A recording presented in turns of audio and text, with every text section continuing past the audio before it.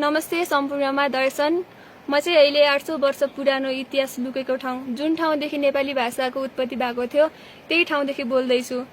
ऐतिहासिक र प्राकृतिक रूपमा भरिपूर्ण ठाउँ जुन सिन्जा साम्राज्य सिन्जा उपत्यकामा कनका सुन्दरी मन्दिर पनि छ।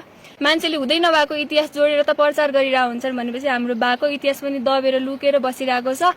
प्लस अर्को गलत प्रचार पनि भइरहेको छ है। सिजाको नामहरू ठाउँ ठाउँमा अब सिजा साम्राज्य सिजा दरबार क्षेत्र फेक न्युजहरू देखिरहेको छु।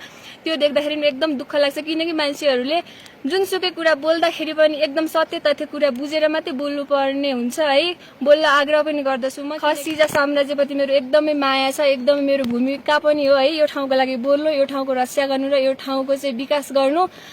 यो ठाउँमा चाहिँ केन्द्रीय सरकारहरूको स्थानीय सरकार र हाम्रो माननीय ज्ञानेन्द्र साईको पनि एकदम ध्यान आकर्षित होस् भन्न चाहन्छु। यस्तो ठाउँ किन अहिलेसम्म चाहिँ मौन छ, किन अहिलेसम्म ओझेलमा छ, किन कोही बोलिरहेन, त्यो कुरा सम्झिँदाखेरि एकदम दुःख लाग्छ।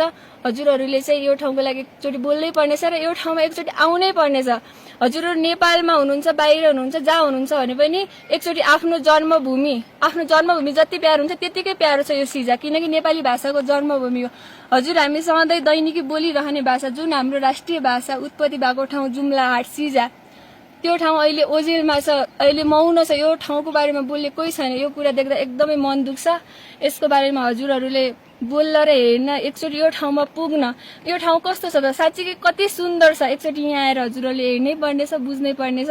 एकचोटि हाट सिजामा सिन्जा साम्राज्य दरबार क्षेत्रमा पुग्नु हुन अनुरोध गर्दछु। धन्यवाद।